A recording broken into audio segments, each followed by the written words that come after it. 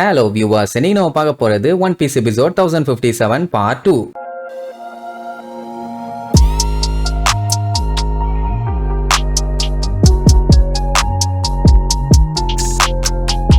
Open பண்ணா போன episode சஞ்சி ஒரு மனக்குழப்பத்திலேயே ஓடி வந்துகிட்டு இருக்கும் போது குறுக்கால ஒரு பொண்ணு பாத்தீங்கன்னா ஹெல்ப் கேட்டுட்டு இருந்திருக்கா. அதை அவன் நோட் பண்ணவே இல்லை. அந்த அளவுக்கு அவன் குழப்பத்துல இருந்திருக்கான். அவங்க அப்ப வின்ஸ்மோக் அடிக்கிறதா நினைச்சிட்டு குறுக்கால இருந்த பொண்ணு அடிச்சிட்டான். பாவம் ரத்தம் வந்துருச்சு. அவன் மத்தவங்க கிட்ட எல்லாம் போய் உட்காந்து அழுதுகிட்டு இருப்பாளா, என்னாச்சு ஏதாச்சுன்னு பதறுவாங்க. சஞ்சி வந்து பாத்துட்டு நீ மன்னிச்சிருங்க, உங்களுக்கு ஏதாச்சும் ஹெல்ப் வேணும்னா சொல்லுங்க, நான் பண்றேன். பானா அடி வாங்கின பொண்ணு ரொம்பவுமே பயப்படுவா. ஏன்னா அவன் அடிச்ச அடியில மண்டை கிராக் ஆகி ரத்தமே வர ஆரம்பிச்சிருச்சு. உடனே அங்க இருக்கவங்க எல்லாம் கோவத்துல கத்துவாங்க, ஒரு சின்ன பொண்ணை போய் இப்படி அடிச்சிருக்கியே, உனக்கு வெக்கமா இல்லையான்னு. அவன் எவ்வளவோ சொல்லுவான், இது ஒரு சின்ன மிஸ் அண்டர்ஸ்டாண்டிங் தான், தெரியாம நடந்துருச்சுன்னு. ஆனா அவங்க அதெல்லாம் கேட்கற மாதிரி இல்ல. நீ அந்த பைரட்டோட ஆர்மியை சேர்ந்தவன் தானே, எவ்வளவு தைரியம் இருந்தா நீ இப்படி பண்ணுவ அப்படி இப்படின்னு நம்ம பையல அக்யூஸ் பண்ணிக்கிட்டே தான் இருப்பாங்க. அவனும் எவ்வளவோ சொல்ல ட்ரை பண்ணுவான், ஆனா கேட்கற மாதிரி இல்ல. இதுல வேற சஞ்சியை வெட்டி தள்ளுறதுக்காண்டி கத்தியெல்லாம் எடுத்து ரெடியா வச்சிருக்காங்க. ஆப்வியஸ்லி அவங்க நினைச்சாங்கன்னா சஞ்சியை தாராளமா போட்டு தள்ளலாம். ஏன்னா அவன் திருப்பி அடிக்க மாட்டான்ல. அதுக்கப்புறமும் எவ்வளவு சொல்லுவான், நான் அவங்களை அடிக்கிறதுக்காக எல்லாம் இங்க வரல, தெரியாம தான் நடந்துச்சு, என்னைய மன்னிச்சிருங்கன்னு. இல்ல நீ பொய் சொல்ற, நீ மோசமானவன், பாவம் ஒரு இன்னசென்ட் பொண்ணு மேல நீ கைய வச்சிருக்கீன்னா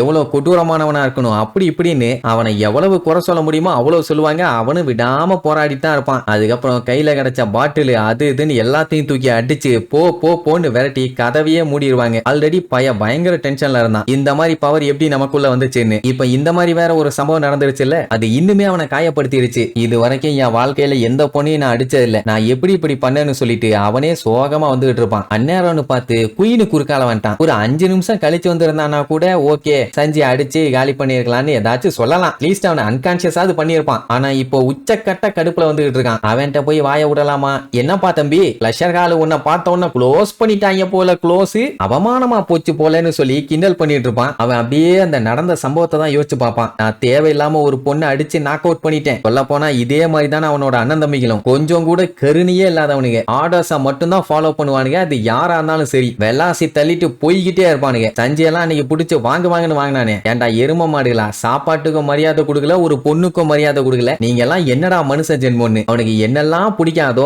அதெல்லாத்தையும் தான் அவங்க பண்ணுவானுங்க. இப்ப இதெல்லாம் நடந்ததை பார்த்த உடனே அப்ப நான் அவனுங்கள மாதிரியே மாறிட்டானா அப்படின்னு அவனுக்குள்ள ஒரு கேள்வி. இப்ப இன்னொரு மேட்டர் என்னன்னா, இதுக்கு முன்னாடி அவன் பாடிக்குள்ள டிங்லிங் ஆயிட்டே இருந்துச்சு, ஆனா இப்ப அந்த எஃபெக்ட் இல்ல. அப்படின்னா மியூட்டேஷன் முடிஞ்சிருச்சா, நான் நார்மல் ஆயிட்டானான்னு ஒரு டவுட். அவனுக்கு என்ன ஒண்ணு புரியலன்னா, அவ ஹெல்ப்புக்கு கூப்பிட்டு இருந்திருக்கா, அதை எப்படி இவன் நோட்டீஸ் பண்ணாம விட்டான்? அது மட்டும் இல்லாம இவன் அடிச்ச அடியில அவ தெரிச்சு போய் விழுந்து அவளுக்கு ரத்தமே வந்துருச்சு. இவனை எப்படி பயந்து போய் பார்த்துட்டு இருந்தா. அதெல்லாம் யோசிச்சு பார்க்கும்போது அவனுக்கு ரொம்பவே கஷ்டமா போச்சு. அந்த டைம் இவன் சும்மா இருக்கணும் இல்ல, ஜெர்மாவோட உண்மையான பவரை காமிடா, நீ சூட் இல்லாமலாம் எனக்கு ஈக்குவலாலாம் உன்னால சண்டை போட முடியாது, உன்னோட சூட்டை போட்டுட்டு வா, அப்பந்தான் நீயா நானானு ஒரு கை பார்க்க முடியும், அப்படி இப்படின்னு அவனை வெறியேத்திட்டு இருப்பான். சஞ்சய் நல்லா திங்க் பண்ணுவான், லூஃபி நான் என்னவா இருக்கணும், நான் மனுஷனா இருந்தேன்னா இப்ப கண்டிப்பா உனக்கு ஹெல்ப்லெஸ்ஸா தான் இருப்பேன். சொல்ல போனா ஒரு உமன் இவனோட எனிமியா வந்தா, ஆனாலுமே அவனால திருப்பி அவளை அடிக்க முடியல. ஏன் இப்ப கூட ஒரு மூர்க்கத்தனமான முரட்டுத்தனமான முண்டாசு பண்ணின முக்கி கட்டின மாதிரியே ஒருத்தன் வந்து நின்னுட்டு இருக்கான். இவனுங்கள மாதிரி ஆளுகளை யாரு பீட் பண்ணுவான்? ஆர்டர் போட்டா அடிதடியில இறங்குற என் அண்ணன் தம்பிங்க மாதிரி நான் இருக்கணுமா, இல்ல நார்மலா இருக்கணுமா,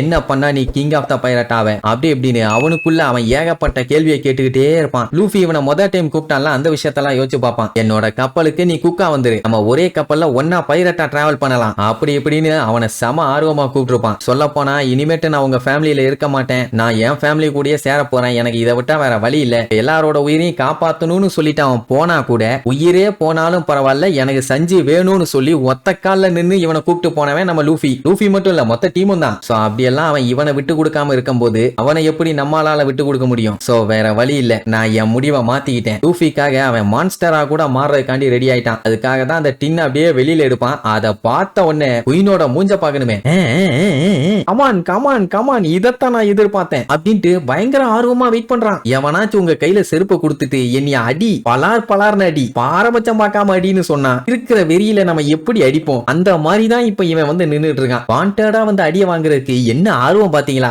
கண்ணா, நான் பிறக்கும் போதே எங்க அப்பா சயின்ஸ் என் பாடியில திணிச்சு அதை எழுப்பி விட்டுட்டான். இதுக்கப்புறம் நான் என்னதான் பண்ணாலும் என்னதான் சொன்னாலும் நத்திங் கேன் டூ, அப்படி இப்படின்னு இவன் ஃபீலிங்ல பேசிட்டு இருக்கான். குயின் அதெல்லாம் கேட்கற மாதிரி இல்ல, அந்த வெங்காயம் எல்லாம் எங்களுக்கு தெரியுது, அதான் இருக்குல்ல, ஒத்துக்கிட்டு சட்டு புட்டுன்னு மாறுற, பெருமா சயின்ஸ் என்னன்னு எனக்கு காமி அப்படின்னு சொல்ல சொல்லும் போது நம்ம பையன் மாறுவான் தான் நானும் எதிர்பார்த்தேன், எல்லாரும் எதிர்பார்த்தோம். ஆனா அவன் டின்ன கீழே போட்டு ஒரே மிதியா மிதிச்சு உடைச்சு நான் ஜெர்மா வாரியரா மட்டும் ஆக மாட்டான்டான்னு கெத்தா சொல்லுவான். அத குயினால சுத்தமா ஏத்துக்க முடியல. இங்க நம்மால அந்த ஜெர்மா சூட்டுக்கு குட் பையே சொல்லிட்டான். இப்ப அவனோட சொந்த முயற்சியில சண்டை போட்டு தான் ஜெயிக்க போறான். அதே நேரம் இங்க ஜோரோவும் சண்டையில தான் இருக்கான். அந்த டைமுங்கும் போது அவன்கிட்ட திடீர்னு ரிங் அடிக்கும். என்னடான்னு பார்த்தா டிரான்ஸ்போர்ட்டர் ஸ்னைல். இது அவன்கிட்ட இருக்குன்னு அவனுக்கே தெரியாது. இந்த நேரத்துல எவன்டா போன் பண்றதுன்னு பார்த்தா நம்ம சஞ்சி தான். அவன் என்ன சொல்லுவான்னா, நீ சாகாம இருந்தீனா உனக்கு ஒரு வேலை கொடுக்க போறேன், அந்த வேலையை நீ பண்ணணும் பானா. டேய் என்னைய பத்தி நீ கவலைப்படாதடா, என்ன பண்ணணும்னு மட்டும் சொல்லடா விளக்கன்னப்பா. அங்க கிங்கு வேற கண்ணா பின்னா அட்டாக் பண்ணிட்டு இருக்கான். அந்த அட்டாக்க தடுக்கிறதுக்குள்ளேயே அவன் படாத பாடுபட்டு இருப்பான். அந்த போட்டுக்கிட்டே தான் அங்க இவங்கிட்ட பேசுவான். சஞ்சய் என்ன சொல்லுவான், இப்ப நம்ம அனிமல் கிங்டம் பைரட்ஸை காலி பண்ண போறோம். ஆமா இது பெரிய கண்டுபிடிப்பு,